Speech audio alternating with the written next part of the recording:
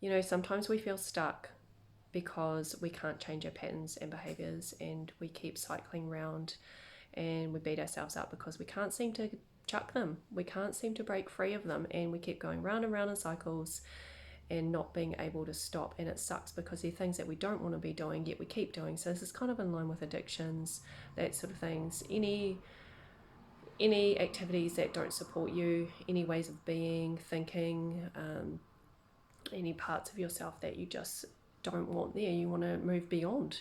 You know, there's other reasons though that you might not be able to. So as long as you're saying that you shouldn't be doing them and you're judging yourself and berating yourself, it does tend to keep you stuck in them. So when you're open to other possibilities, then you can see there might be a way out of them. And I want to share this story with you today.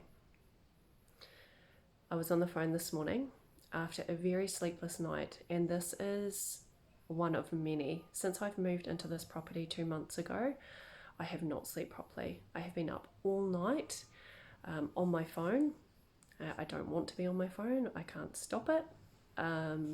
Even though I'm doing things that are productive, usually organising for the house, learning things, you know, there's so much available to us. And I can make any excuse I want, but ultimately my body needs rest.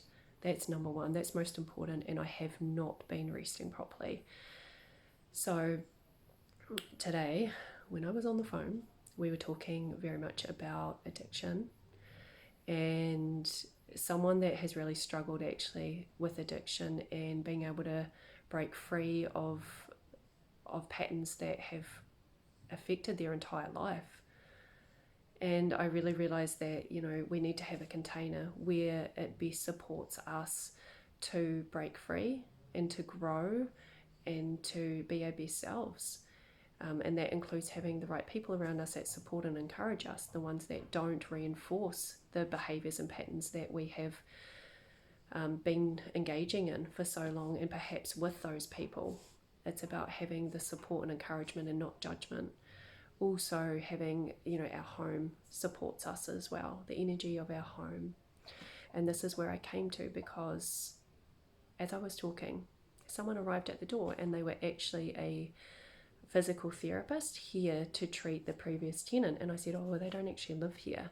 And they were really surprised. They were like, oh, okay, that's where we had no idea. We have no idea where they've gone. We're here to help them. And I'm like, okay, I remember this guy now. I remember him living here, and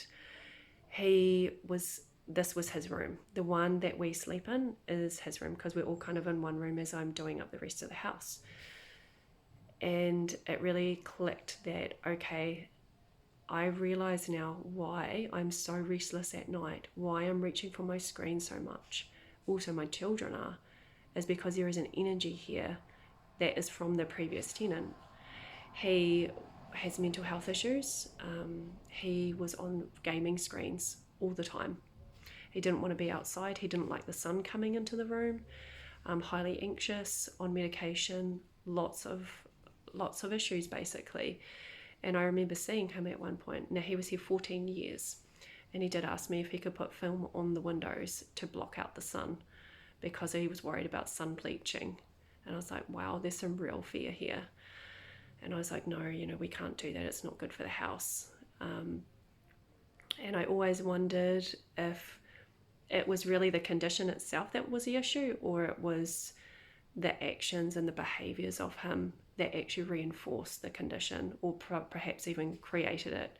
So not denying that he's probably had some issues in the past, and it could be a chemical imbalance. It could be that he has had some traumas or something that he's needed to escape to a screen. You know, many of us do. Life is hard. And there's, you know, the screen gives us a release. It gives us some peace from the chaos, but it can get really out of control. I'm sure you know this too, because we need to be on it for everything. Anyway, I realized that I have not cleansed this space, and actually there is a residue of this energy still here that's very much affecting us. But because we don't see it, it doesn't seem like it's such a big deal. We look at constantly what's around us, what's tangible in our actions and our thoughts, the things that we can process and we can see. But actually, as you're on the spiritual path, you become more in tune with the energy, even though you can't see it. So you're becoming more conscious and aware not only of the patterns and programming within you and within our society around us, but also to the energy that is surrounding you. So you become more aware of it, and it's hard. Okay, and I haven't been cleansing our space, I haven't been cleansing myself. And so today is a big reminder to ensure that I do that. So if you're stuck, please look at the energy. Please look at how you have probably not been, cleansing your spiritual body. Just like we take a shower every day, or, give a couple of days or whatever, you need to cleanse your spiritual body, especially as you are ascending. Okay, there's a lot going on within us that is still like unhealed, that we might be seeing, and we're easily triggered and stuff, and so we're very vulnerable in this state.